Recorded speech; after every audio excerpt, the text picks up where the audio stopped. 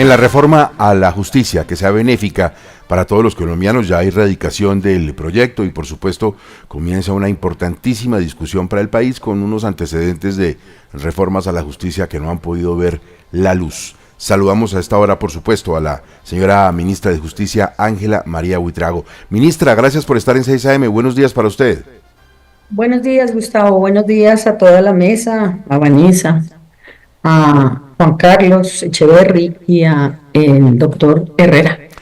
Ministra, usted lo ha explicado suficientemente, todo lo que pasó alrededor de ese polémico artículo que tenía que ver con las penas para violadores, para abusadores, pero ¿cómo se llegó al acuerdo para que todos los ponentes estuvieran precisamente sintonizados en retirarlo por una inconveniencia de momento en Colombia? Bueno, yo creo que precisamente la construcción colectiva y las explicaciones que se dieron jurídicas fueron entendidas. Usted lo ha dicho muy bien, la inconveniencia en particular es un elemento que uno tiene que evaluar también frente a las normas y a las disposiciones. Y esto significó escuchar a la ciudadanía, escuchar a los ponentes, entendiendo también que la finalidad de ese artículo, así como se constituyó en la mesa de justicia por todas las personas que intervinieron, por la Corte Suprema de Justicia y la Fiscalía que defendieron hasta el último segundo esta disposición, significa generar también consensos en torno a la necesidad de comprender que no era el momento tampoco para seguir proponiendo esta disposición, pero que en el fondo también entendieron los ponentes, y esto es muy importante, lo dijo el senador Motó al día que salió de la reunión con nosotros, pues que hay explicaciones y una base jurídica, no es una necesidad de entender ese artículo como impunidad, sino era una propuesta para lograr precisamente lo contrario. Desde ese punto de vista, el consenso significó aceptar el retiro de la disposición. Ministra, este es un proyecto que algunos han tildado de impopular, pero otros decimos que es necesario, y por eso hemos venido apoyando esta iniciativa de la Corte, de la Fiscalía y por supuesto del despacho a su cargo. Quiero en esta fase de aclaraciones preguntarle por un punto fundamental. ¿Cómo va quedando el tema de la reparación integral para las víctimas? Bueno, el tema de la reparación integral para las víctimas significa algo muy importante, y es que la indemnización integral es una figura que existe en la Ley 600 del 2000, es decir, está prevista en el Código de Procedimiento Penal, lo que significaba que había delitos que yo podía generar, lo que constituye una causal de terminación de la acción penal, cuando se repara integralmente y desde ese punto de vista cuando se indemniza a la víctima.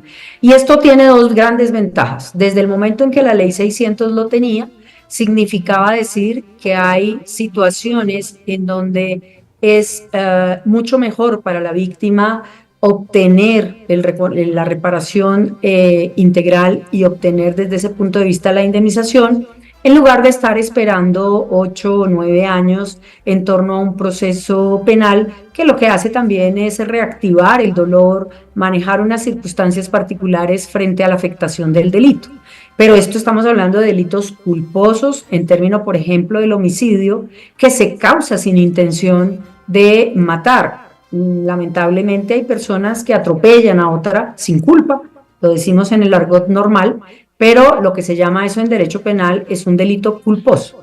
Y eso significa decir que hay la posibilidad de reparar mucho más rápido a las víctimas de estos hechos, y también entendiendo que en este caso en particular pues hay una asunción de responsabilidad por parte del sujeto que entiende que cometió un delito a pesar de que no lo quería.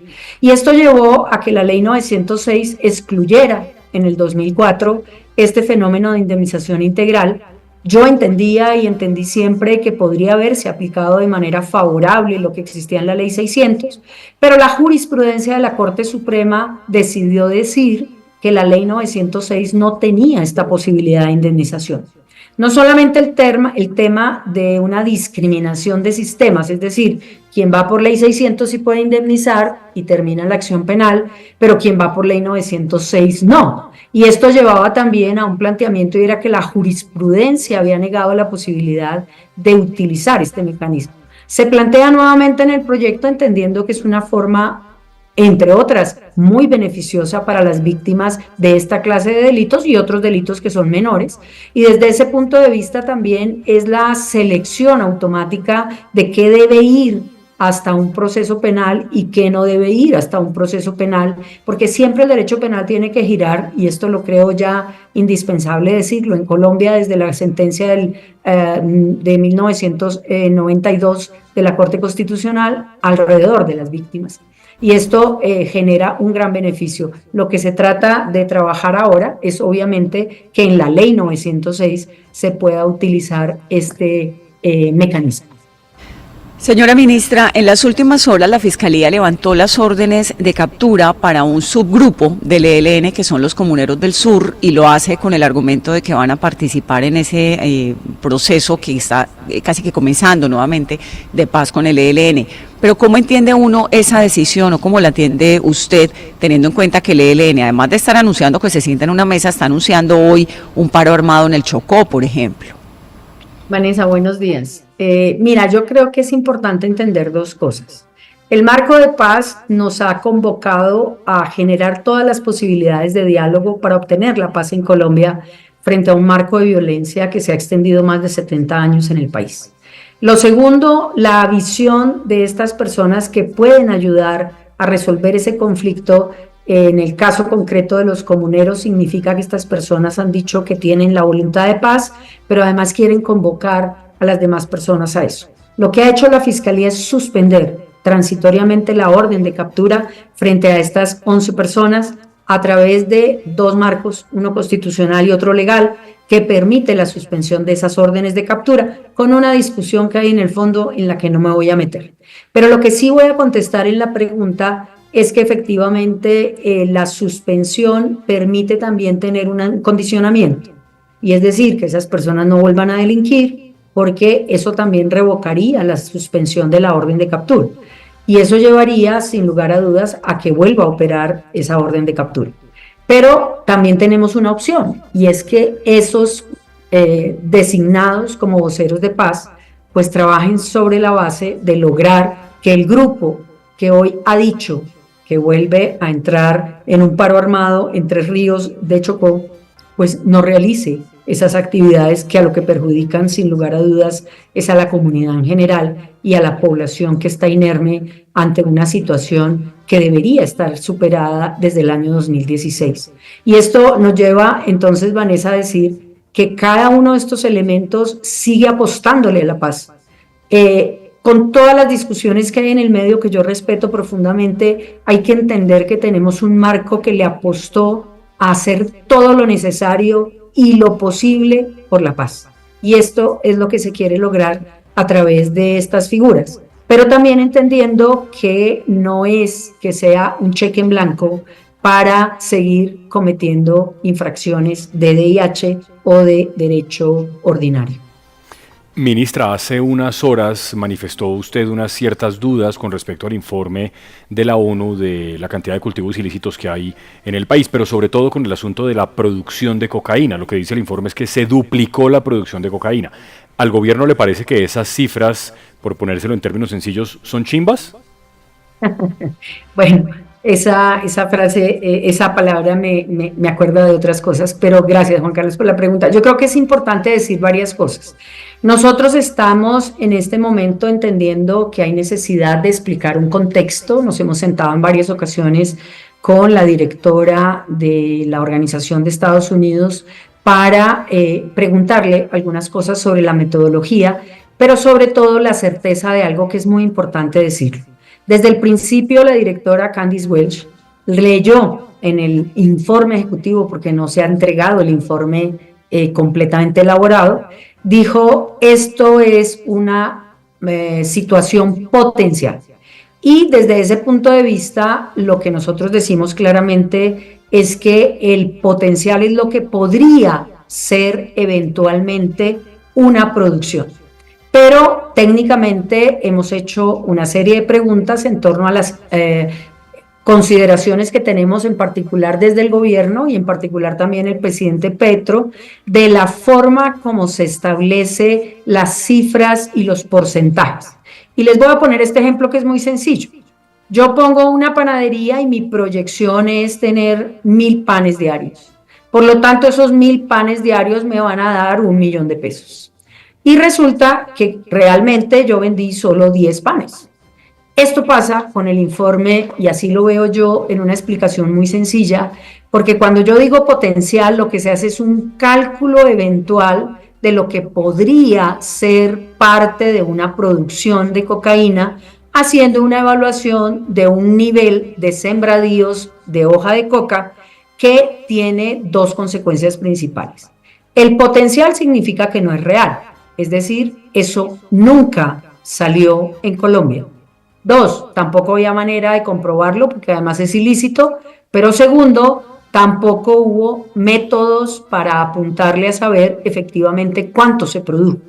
Y desde ese punto de vista, con el ejemplo de la panadería, lo que tengo que decir yo es, ya sabemos, a través de las incautaciones, a través de las destrucciones de laboratorio, de clorhidrato, de base, ya sabemos que se evitó que saliera al mercado una serie de producción que sí efectivamente fue verificada por las acciones de injerencia que hacen las autoridades. Entonces la pregunta fundamental es sencilla.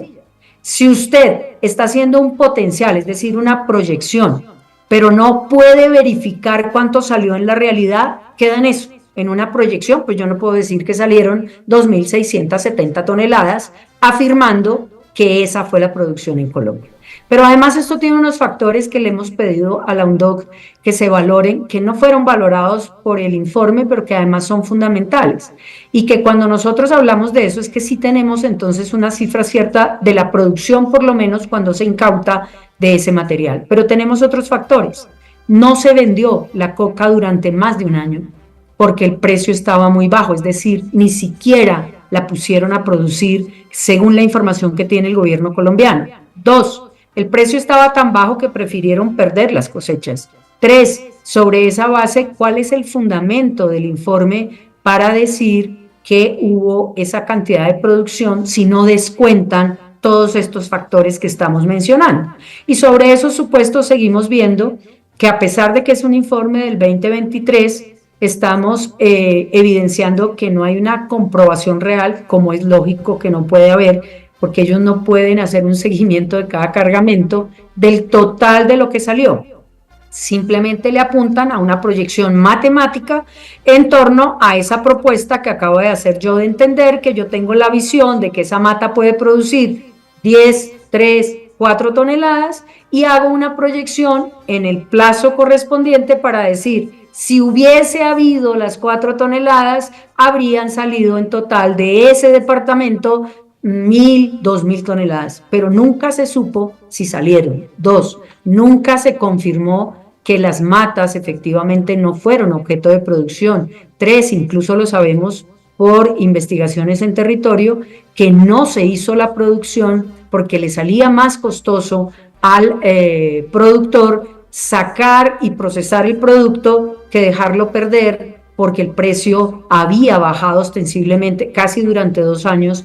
La tonelada de hoja de coca para producción de pasta o de clorhidrato estaba en un precio muy bajo, que no valía la pena hacer esto. Hay una serie de preguntas que se hicieron por parte del Ministerio de Justicia, ya se contestaron por UNDOC, se han pedido que todas esas respuestas queden incluidas en el informe que no se ha entregado de manera definitiva, y esto significa decir que en las mejores condiciones, cordialidad y entendimiento, hay una serie de metodologías que se han establecido durante un tiempo particular en Colombia, pero a lo que le estamos apuntando es a lo potencial, no a lo real. Y esto tiene mucha diferencia para decir que se produjo o lo que se hubiese podido producir. Ministra, muchas gracias, muy amable. Seguimos pendientes de la reforma a la justicia. Gracias, feliz día para todos.